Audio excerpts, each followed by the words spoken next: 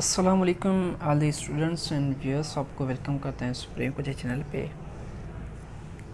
जैसे आपको पता है कि हमारे ऑर्गेनिक केमिस्ट्री का बेसिक ऑर्गेनिक केमिस्ट्री का सीरीज़ चल रहा है, जिसमें हमने बहुत सारे टॉपिक्स कंप्लीट कर चुके हैं till two the nomenclature of alkane alkenes alkynes तक।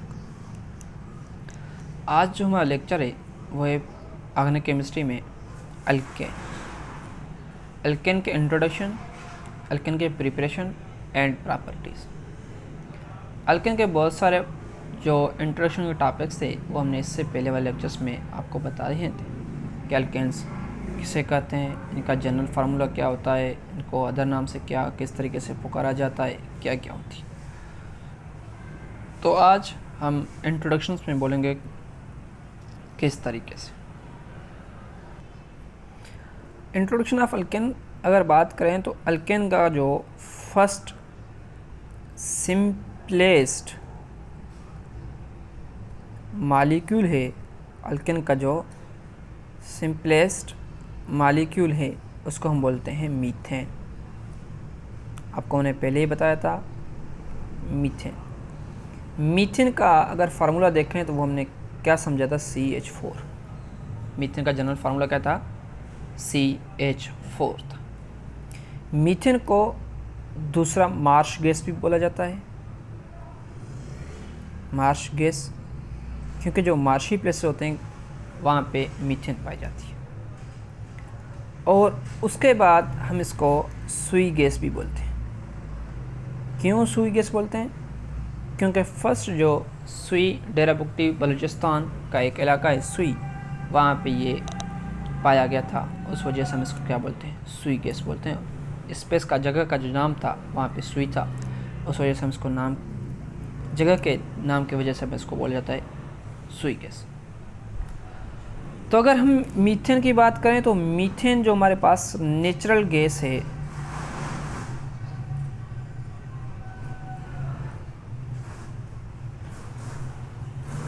नेचुरल गैस में ये 94% पाया जाता है। मीथेन जो होता है, methane is a major component of natural gas, up to the 94% होती है।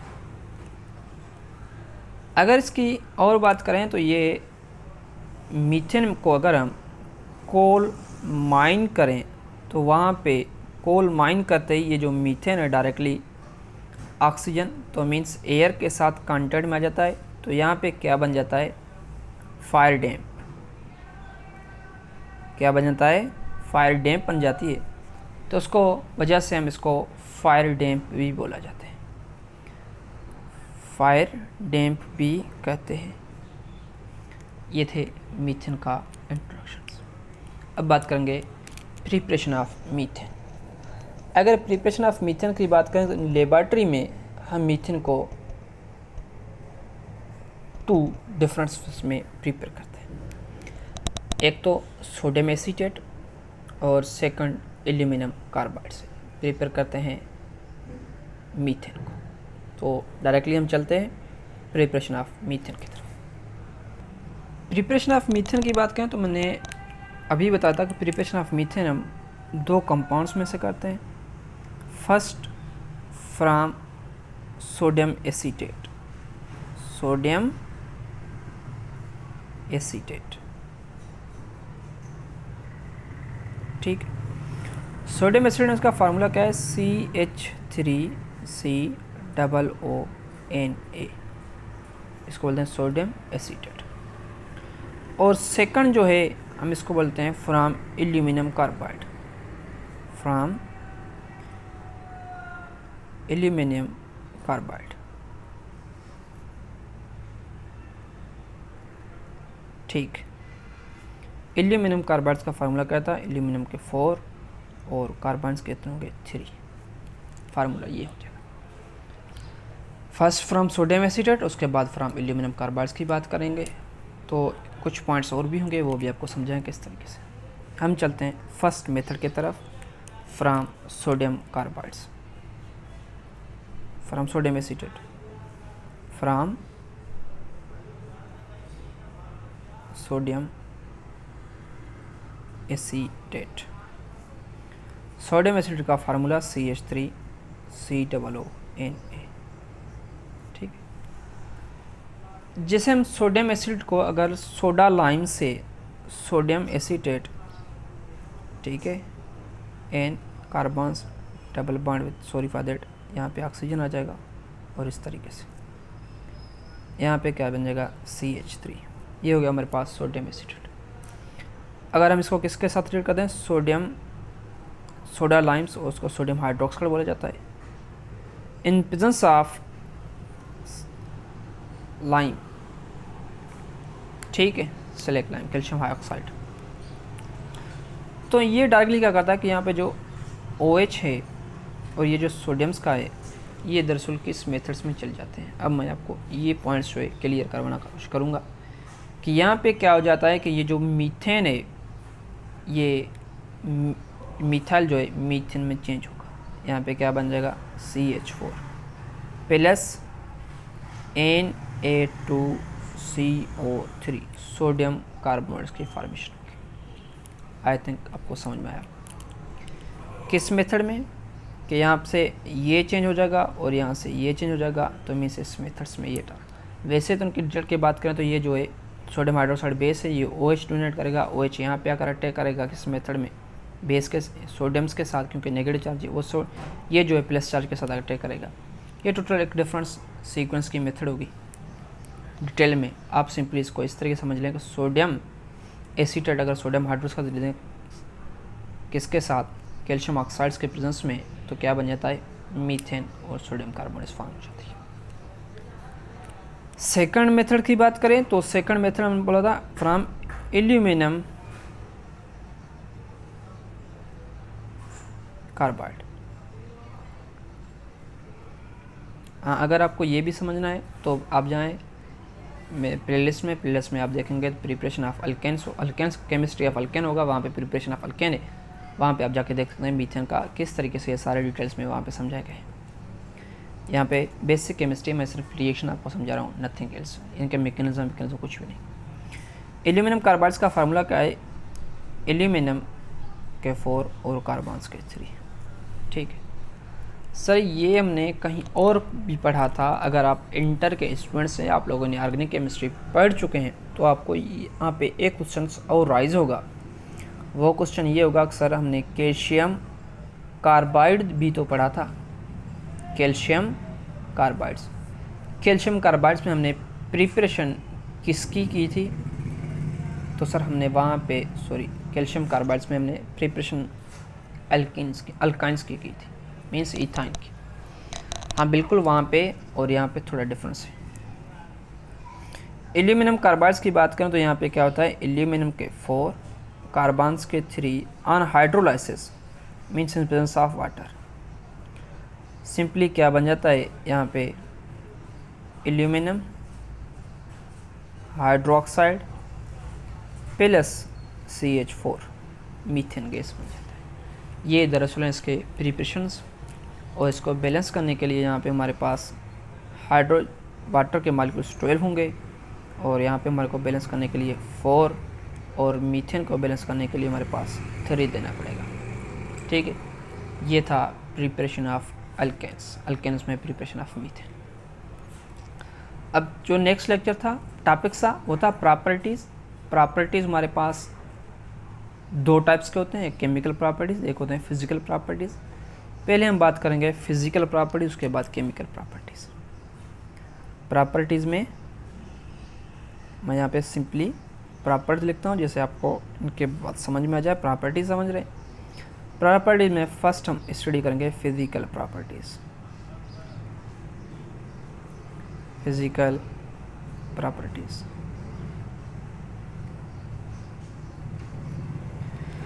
फिजिकल प्रॉपर्टीज़ कौन से होते हैं, मीन्स इसके फिजिकल नेचर को शो करें। तो फिजिकल प्रॉपर्टी मीथेन क्या होता है, एक लाइटर गैस है, और दूसरा तो लाइटर होने के बावजूद ये क्या है, कलरलेस है, और एग्जिस्ट करता है टेस्ट, इसका जो करें तो टेस्ट लेस होता है, और इसके ऑर्डर लेस होते हैं। इनका नेचर जो होता है क्या होता है, गैस होती है। अगर सॉल्युबिलिटी की बात करें तो ये स्प्रिंगली सॉल्युबल इन वाटर होती है। इसका 5 ml डिजॉल्व जो होता है 100 ml ऑफ वाटर में, ठीक है। सॉल्युबिलिटी स्प्रिंगली सॉल्युबल होता है। मीथेन, अगर इसके स्ट्रक्चर देखें तो ये इस तरीके से होता है सी। अब आपको समझ में आया होगा कि ये मैं क्या समझ रहा हूँ। अगर ओपन करके लिखें इस तरीके से होता है, ये सिमेट्रिकल होता है। इस वजह से फिजिकल प्रॉपर्टी क्या बोलते हैं, ये क्या होता है, सिमेट्रिकल। अगर यहाँ पे डायपोल्स की बात करें तो यहाँ पे वो दोनों साइड पे इलेक्ट्रोनेगेटिविटी क्या होती है, सेम होती है। यहाँ पे भी पार्शियल पॉजिटिव चार्ज, यहाँ पे भी पार्शियल पॉजिटिव, यहाँ पे भी पार्शियल पॉजिटिव, यहाँ पे भी पार्शियल पॉजिटिव सारी तरफ, और यहाँ पे पार्शियल नेगेटिव चार्ज होती है। तो इस दरअसल यहाँ पे क्या होता है कि इन साइड का अट्रैक्शन, अगर ये अट्रैक्शन इन साइड, यहाँ पे अट्रैक्शन, दोनों साइड क्या कैंसिल हो जाएंगे, और ये सेम मेथड में इस तरीके से कैंसिल। तो डायपोल मूवमेंट्स क्या होगा, no dipole movement, no dipole movement, ठीक है। कोई डायपोल मूवमेंट तो उसको क्या, नो डायपोल मूवमेंट की वजह से हम उसको बोलते हैं कि नॉन पोलर। ये क्या होती है, नॉन पोलर इन नेचर होता है। ये थे इसके फिज़िकल प्रॉपर्टीज़। अब उसके बाद बात करेंगे इसके केमिकल प्रॉपर्टीज़ की। तो केमिकल प्रॉपर्टीज़ के कौन कौन से हैं, केमिकल प्रॉपर्टीज़ शो किस वजह से करता है, ठीक है। तो चलते हैं केमिकल प्रॉपर्टीज़ की तरफ। तो इसके केमिकल प्रॉपर्टीज़ कौन कौन से हैं, यहाँ पे लिखेंगे हम इसके केमिकल प्रॉपर्टीज़। इन जो मीथेन है इनके केमिकल प्रॉपर्टीज़ बिल्कुल कम होते हैं। ये हमने पहले बताया था। केमिकली अगर रिएक्टर की बात करें, ये less reactor, little reactions attraction show करता है, तो उस वजह से हम इसको क्या बोलते हैं, पैराफिन्स बोलते हैं। तो पहले भी हमने बताया था, अभी भी आपको समझा रहा हूँ कि ये देखें कार्बन्स का जो 4 वैलेंसी होती है वो चारों 4 वैलेंसी सिंगल बॉन्डेड है। सिंगल बॉन्डेड क्या होती है, सिग्मा बॉन्ड होती है। सिग्मा बॉन्ड क्या होते हैं, हाईली स्ट्रॉन्ग्स होती है। उस वजह से यहाँ पे ब्रेक होने की कोई पॉसिबिलिटी नहीं है, ठीक है। अगर मीन्स यहाँ पे कोई भी पॉसिबिलिटी नहीं है तो उस वजह से हम क्या बोलते हैं कि ये जो मीथेन है ये डज नॉट रिएक्ट, किसके साथ, does not react with oxidising agents. जितने भी ऑक्सीडाइजिंग एजेंट हों उनके साथ ये रिएक्शन शो नहीं करता। ऑक्सीडाइजिंग एजेंट्स में हमारे पास कौन सा है, KMnO4।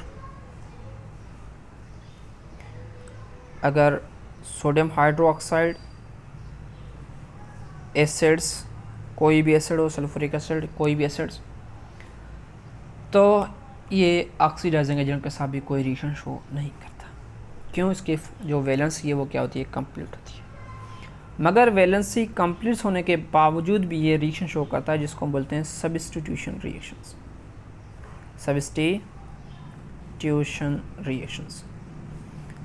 आप रिएक्शंस के टाइप्स तो पहले पढ़ चुके हैं कि सब्स्टिट्यूशन रिएक्शंस कौन से होते हैं। एक रिएजेंट्स जो आ जाए, पहले वाले जो रिएक्टेंट हो उसको रिएजेंट्स का अगर रिप्लेस करें।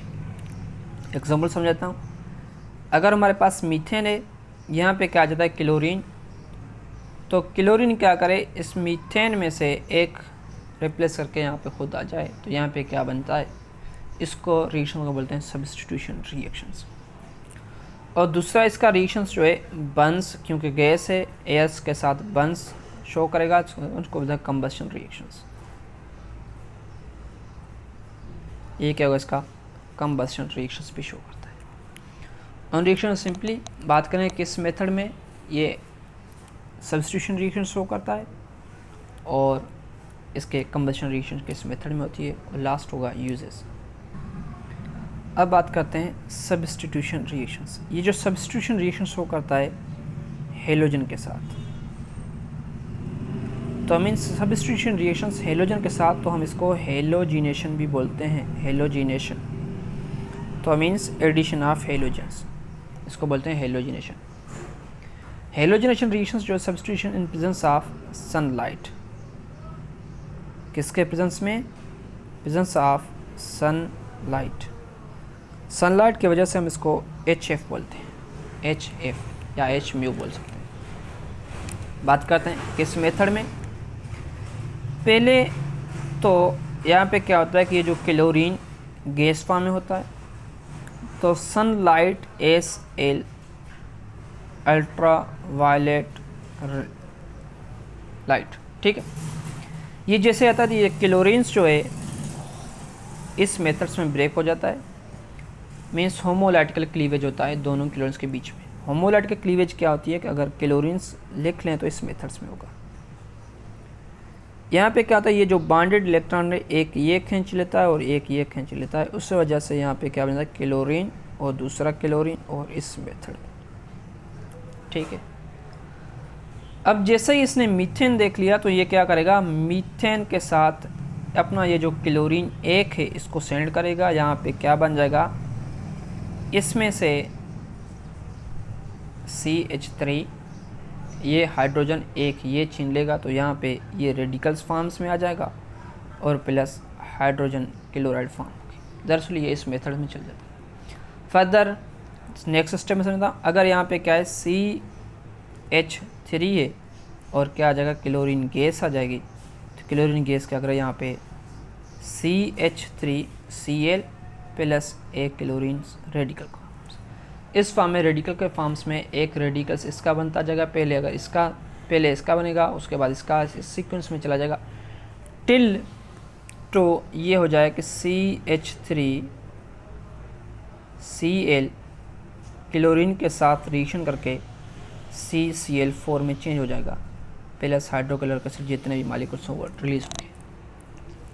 तो मीन्स कार्बन टेट्राक्लोराइड की फॉर्मेशन होगी लास्ट स्टेप में, ठीक है। और अगर इसमें ये इस तक आ जाए CHCl3 तक, तो इसको हम बोलते हैं क्लोरोफॉर्म,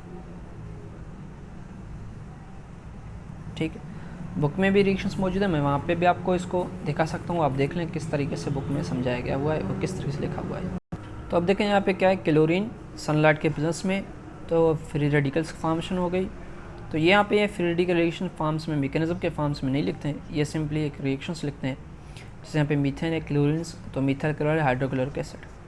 तो उसके बाद यहाँ पे मीथाइल क्लोराइड अगर क्लोरीन के साथ रिएक्शंस करेगा तो यहाँ पे क्या हो जाएगा, मिथाइलिन क्लोराइड्स बन जाएगा, उसके बाद हाइड्रोक्लोरिक एसिड। जैसे मिथाइलिन क्लोराइड्स क्लोरीन के साथ रिएक्ट करेगा तो क्लोरोफॉर्म्स फॉर्म होगा, ट्राई क्लोराइड्स जिसको हम बोलते हैं ट्राइक्लोरोमीथेन बनते हैं या क्लोरोफॉर्म बोलेंगे।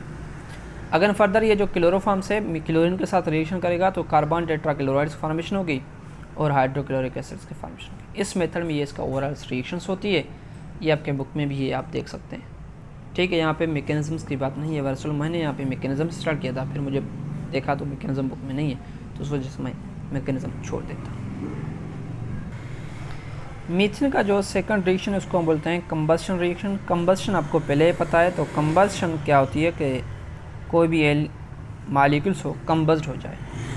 तो यहाँ पे क्या है, हमने लिखा मीथेन प्लस एयर, तो ये किस में चेंज हो जाएगा, कार्बन डाइऑक्साइड और प्लस वाटर रिलीज़ करेगा। तो ये हो गया इसका। अगर बैलेंस करना है तो यहाँ पे 2 दे दें, हाइड्रोजन्स भी बैलेंस हो जाता है इसका। तो मीन्स दरअसल ऑक्सीजन के लिए भी यहाँ पे 2 देना पड़ेगा, क्योंकि यहाँ पे ये 2 ये हैं 2 ये हैं 4 हो गए, तो यहाँ पे भी ये 4 हो गए। ये कंबशन रिएक्शंस हो गए इसका। और फर्दर जो लास्ट पॉइंट है इसके uses of methane, uses of methane हम इस साइड्स पे लिख लेते हैं। यूजेस में तो इसके फर्स्ट ज़्यादा से ज़्यादा यूजेस क्या है, डोमेस्टिक यूजेस, जो हम गैस डोमेस्टिक यूजेस में हम इसको फ्यूल के तौर यूज़ करते हैं। जो हमारे पास गैस कंबस्ट करते हैं वो मीथेन्स होती है, ठीक। और इस प्रिपरेशन में और उसके बाद ये प्रिपरेशन ऑफ कंपाउंड्स के लिए भी यूज़ किया जाता है। प्रिपरेशन ऑफ कौन से कंपाउंड्स करते हैं हम, इसमें से अल्कोहल, क्लोरोफॉर्म, तो अभी हमने किया था क्लोरोफॉर्म्स की प्रिपरेशंस, और अगेन कार्बन टेट्राक्लोराइड इस तरीके से। और एक तो हम इंडस्ट्री में इसको हाइड्रोजन जो प्रोड्यूस करता है, हाइड्रोजन प्रोड्यूस करता है फॉर यूज ऑफ फर्टिलाइजर्स, ठीक है। ये था आपका complete alkane from introduction to the uses. Thank you. अल्लाह हाफिज़। आज का लेक्चर यहीं तक। और फाइनली एक रिक्वेस्ट, जिसने अभी तक हमारा चैनल सब्सक्राइब नहीं किया, हमारे चैनल को सब्सक्राइब करें, दोस्तों को शेयर करें। Thank you.